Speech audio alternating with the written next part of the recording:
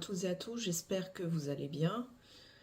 Aujourd'hui, je voulais revenir sur l'affaire de la disparition de Delphine Jubilard et plus précisément de la procédure qui est en train de se jouer autour de Cédric, hein. C'est vraiment un sketch, cette affaire. Enfin, au niveau procédural, je veux dire, parce que on a tout un tas de manœuvres des avocats de Cédric qui essaient de gagner un maximum de temps pour faire reculer le procès et surtout faire sortir leurs clients.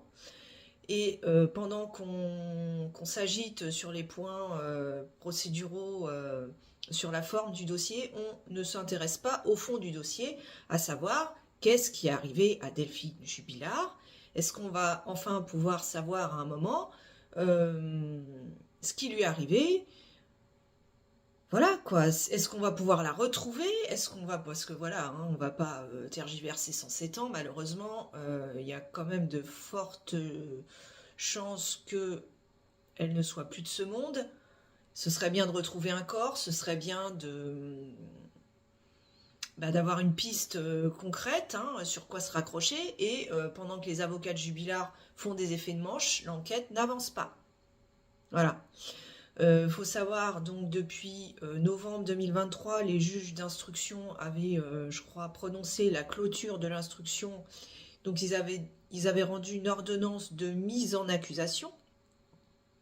Donc normalement, depuis ce temps-là, l'instruction était clôturée, c'est-à-dire que l'enquête était terminée, bien que effectivement il n'ait pas réussi à retrouver Delphine, du moins son corps, il n'ait pas réussi à établir des preuves montrant la culpabilité de Cédric, même s'il y a tout un tas d'indices concordants qui tendraient à démontrer sa culpabilité, hein. J'avais fait des vidéos là-dessus, je vous invite à les regarder pour vous rafraîchir la mémoire, mais en tout cas, il y avait tout un tas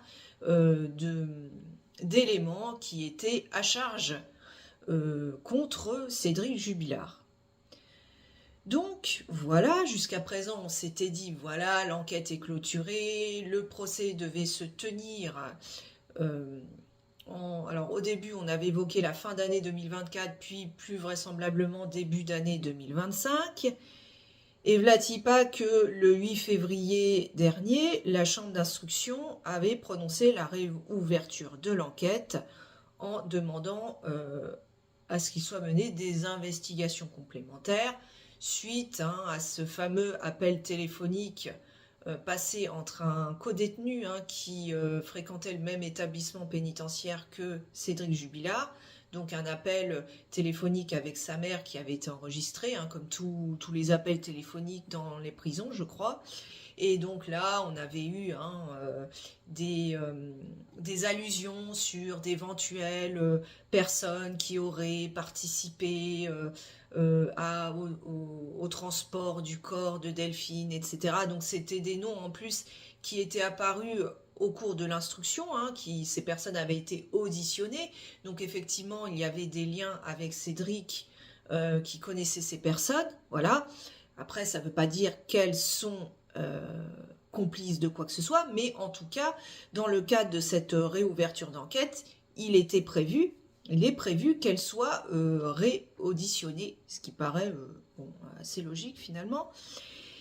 Et donc, on en était là, hein, à ce niveau-là, sauf que patatras, évidemment, les 3 avocats de Cédric Jubilard, hein, qui font tout pour faire sortir leur client qui est placé en détention provisoire depuis bientôt 3 ans, je crois, en juin prochain, font tout pour le faire sortir de prison, pour qu'il soit seulement placé sous contrôle judiciaire en attendant son procès. C'est que concrètement, il se présenterait à son procès en homme libre, enfin libre entre guillemets, mais du coup, il serait plus en détention provisoire. Il faut savoir aussi que donc ça va faire bientôt 3 ans qu'il est en détention provisoire, et je crois, alors je ne suis pas spécialiste, hein, mais il me semble avoir vu passer que au bout de 3 ans, il devra ressortir parce que on ne peut pas placer les gens plus de 3 ans en détention provisoire, et que donc il serait libre Enfin, il serait libre de ses faits et gestes en attendant son procès. Il serait simplement placé sous contrôle judiciaire. Et donc on en était là, on pensait que les investigations donc allaient pouvoir être menées, hein, s'agissant de ces 3 individus, donc qui devraient être réentendus. S'agissant également de ce témoin qui indiquait qu'une pelleteuse avait disparu peu après la disparition de Delphine et que potentiellement un corps aurait pu être coulé dans une dalle de béton, etc.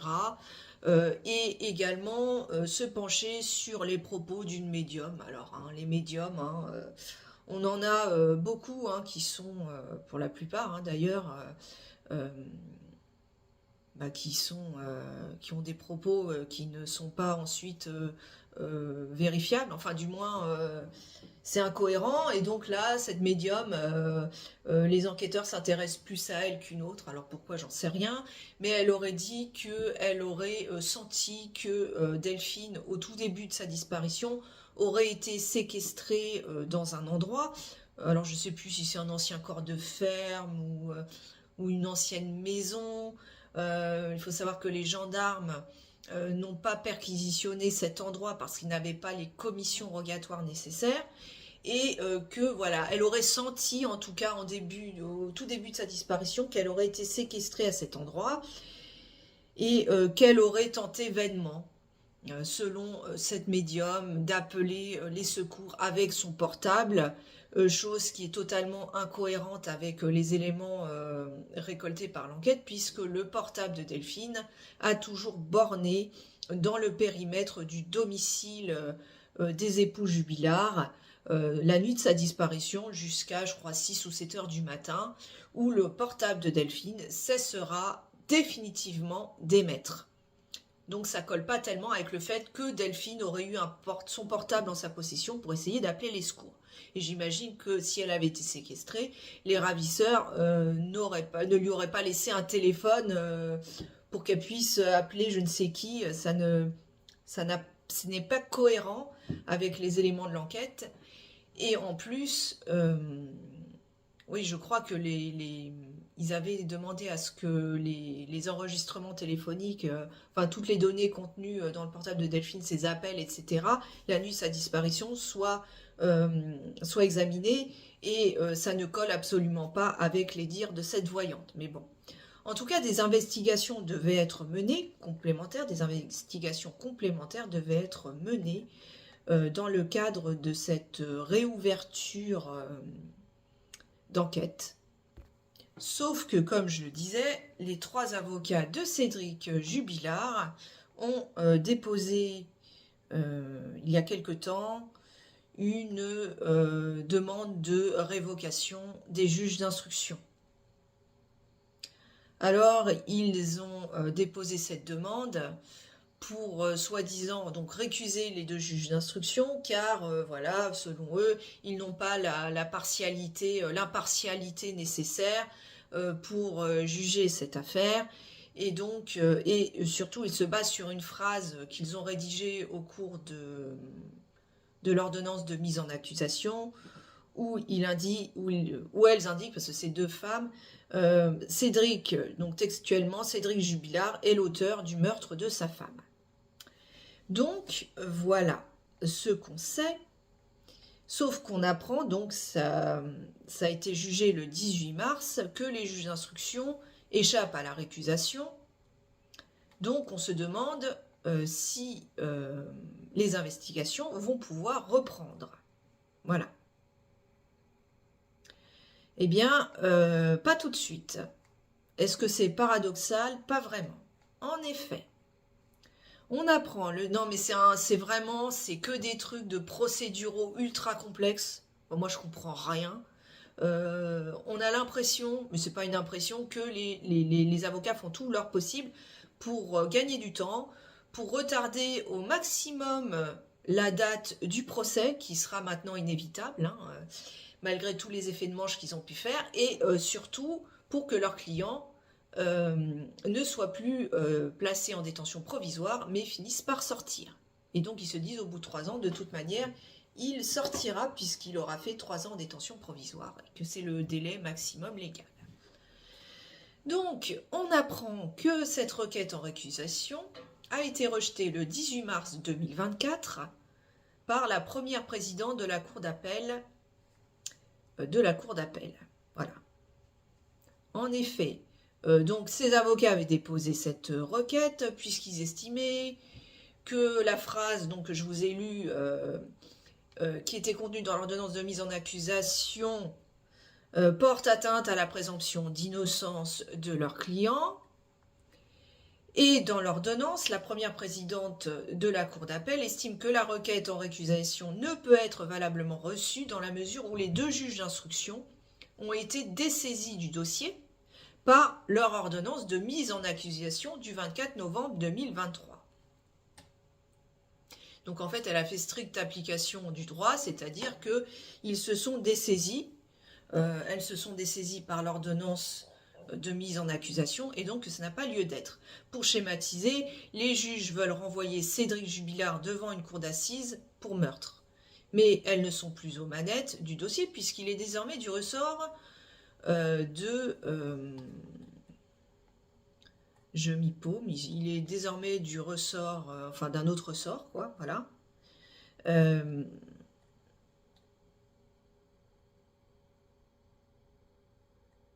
Ouais, franchement, j'y comprends rien. Mais bon, bref, elle a rejeté la requête en récusation, puisque elle estime que les juges d'instruction ne sont plus, elles sont dessaisies du dossier de toute manière. Et voilà, donc c'est du droit pur et simple. Alors en coulisses se joue une bataille importante, c'est-à-dire mener, hein, c'est quand même ça le cœur du dossier, et le cœur du sujet, c'est les investigations complémentaires à leur terme, en respectant le délai légal pour envoyer Cédric Jubilard devant une cour d'assises, et non en homme libre, si ses avocats obtiennent sa sortie de prison sous contrôle judiciaire, comme il s'y emploie par tous les moyens possibles et imaginables depuis son incarcération à la maison d'arrêt de Cesse en juin 2021. Donc c'est pour ça, on se doute bien que les avocats, s'ils font ça, c'est pas pour rechercher la vérité, c'est bien pour gagner du temps et décrédibiliser l'enquête. À travers l'arsenal procédural qu'ils déploient avec constance depuis plus d'un an et leur croisade en incompétence contre les juges d'instruction, les avocats de Cédric Jubilard cherchent-ils juste à décrédibiliser l'enquête et gagner du temps? Bah oui. Histoire de retarder la fin de l'instruction, obtenir la remise en liberté de l'artisan plaquiste devant un procès qu'ils savent désormais inévitable. En effet, tant qu'on parle de ces points de droit précis, on rappelle que cette requête en récusation est une procédure rare, qui est rarement employée. Donc c'est vraiment pinailler sur des points de procédure, sur non pas le fond du dossier, mais sur la forme. Tant qu'on parle ça, on ne parle pas du fond du dossier. Donc voilà, c'est assez ubuesque. Effectivement, pour l'instant, les investigations restent suspendues. Donc les investigations, c'est-à-dire le détenu dont la conversation téléphonique avec sa mère évoquant Cédric a été interceptée, qui a été au contact direct du plaquiste en détention. En clair, il faudrait savoir si les propos énigmatiques qu'il a tenus, qui évoqueraient d'autres coupables, relèvent du fantasme ou de la réalité. Concrètement, est-ce que Cédric lui a dit clairement « Oui, mais moi, j'ai des complices et la justice n'en sait rien, c'est trop drôle », ou si finalement c'est des bruits de couloir, des racontars qu'il aurait entendus et que les détenus se seraient communiqués un peu à la mode du téléphone arabe. Donc voilà, il faut également investiguer autour de la disparition de la pelleteuse sur un chantier de Cagnac-les-Mines en décembre 2020, dont un témoin se serait souvenu après l'importance médiatique, la médiatisation de cette affaire et la fin de l'instruction. Il faut également vérifier, comme je le disais précédemment, à la demande de la défense, les assertions d'une médium assurant savoir où se trouve le corps de Delphine. Voilà. Alors, par contre, vous me direz, mais pourquoi, du coup, vu que la première présidente de la Cour d'appel a rejeté la demande de récusation des juges d'instruction formulée par les avocats de Cédric, vous me direz, bah, pourquoi finalement les investigations sont suspendues? Alors c'est ça que j'ai pas très bien compris, parce qu'il semblerait qu'ils aient formulé cette demande de récusation, mais parallèlement à ça, dès le lendemain, enfin pratiquement en même temps que cette demande en récusation, ils avaient formé un pourvoi en cassation. Hein, ils veulent vraiment pas que des investigations soient menées, hein, c'est quand même un truc de dingue. Donc ils avaient formé parallèlement un pourvoi en cassation qui a pour conséquence de stopper momentanément les investigations. Ah ouais. Donc la suite de la procédure est pour l'heure suspendue à la décision de la plus haute juridiction pénale, à savoir la Cour de cassation. Si la requête en admission immédiate est rejetée, procédure rapide, ah ouais, c'est vachement rapide, hein, ça fait des années que ça dure, mais bon. Une seconde demande de récusation pourrait être alors déposée par la défense de Cédric Jubilard. Dans le cas où la Cour de cassation valide cette requête immédiate, il faudra alors attendre plusieurs semaines, voire plusieurs mois, avant qu'une décision définitive intervienne sur la récusation des juges. Donc, voilà. Donc on comprend très bien que le but de ces avocats, bon après c'est normal, hein, c'est leur client, mais c'est vraiment de retarder au maximum la procédure, hein, en interférant à coups d'effets de manche, de pinailler sur des détails procéduraux pour attendre l'hypothétique décision de la Cour de cassation sur cette demande de récusation, et en attendant, les investigations complémentaires qui devaient être menées dans le cadre de la réouverture de l'enquête, eh bien, elles sont suspendues. Voilà. Donc, pour l'instant, il n'y a absolument aucun acte d'enquête.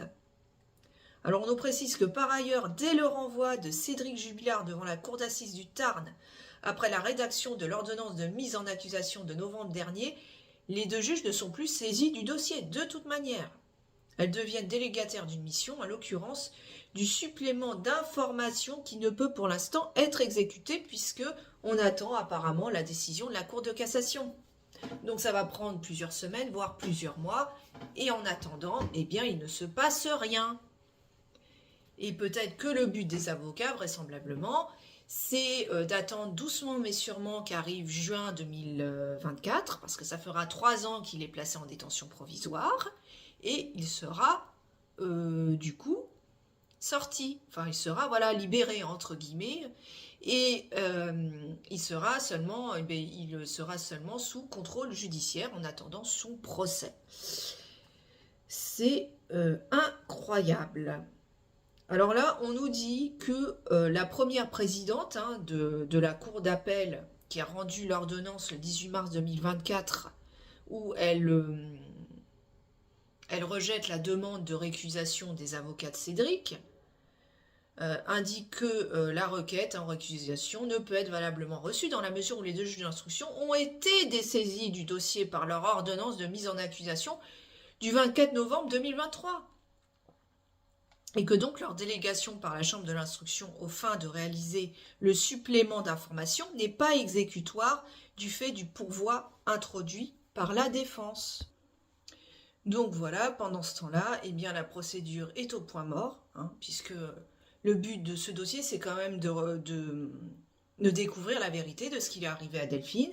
Et en attendant, on ne peut pas écouter, réauditionner les témoins dont les noms ont circulé, ont été mentionnés au cours de cette conversation téléphonique, hein, Sofiane, Sébastien et Mathieu, hein, dont un des trois, je crois, avait un véhicule utilitaire qui, à un moment, on s'était demandé si Cédric n'aurait pas utilisé ce véhicule pour transporter le corps, etc. Mais ils avaient trouvé aucune trace ADN. Bref, ils ne peuvent pas entendre ces trois personnes. Ils ne peuvent pas entendre non plus le témoin de la pelleteuse disparue et ni la médium. Voilà. Donc, encore une fois, on voit bien qu'on ne s'intéresse pas du tout au fond du dossier, mais à la forme, à des points procéduraux. On utilise des procédures très peu utilisées, tout ça pour faire durer, gagner du temps et décrédibiliser l'enquête et faire que Cédric sorte de prison, hein, à l'issue de sa détention provisoire de 3 ans et qu'il assiste en homme libre à son futur procès dont la date pourra encore reculer de plusieurs mois. Voilà. Alors je voulais revenir là-dessus, c'est un peu, j'avoue que c'est un peu brouillon parce que franchement je me perds dans les arcanes des détails procéduraux de cette affaire, hein. Je maîtrise pas trop les termes techniques et juridiques, donc franchement c'est compliqué d'y comprendre quelque chose. Donc voilà. Donc je rappelle que la procédure engagée par les avocats de Cédric Jubilard contre les juges d'instruction est une procédure rarissime. Voilà. Et donc il dénonce un problème de partialité, mais tout ça n'est pas est hors sujet en fait. C'est juste, à mon avis, pour gagner du temps. Donc voilà, n'hésitez pas à me dire ce que vous en pensez, vous, de ces effets de manche des avocats de Cédric dans la barre des commentaires. Si pour vous, c'est vraiment pour gagner du temps et pour le faire sortir de détention provisoire de façon à ce qu'il comparaisse en homme libre à son propre procès. Voilà, n'hésitez pas à commenter, à lâcher un petit pouce bleu, liker, commenter, partager et abonnez-vous, ça fait toujours plaisir et c'est encore mieux pour l'avenir de la chaîne et ça me motive à continuer à faire des vidéos. Voilà, quant à moi je vous dis à très bientôt pour une prochaine vidéo, portez-vous bien et d'ici là affaire à suivre.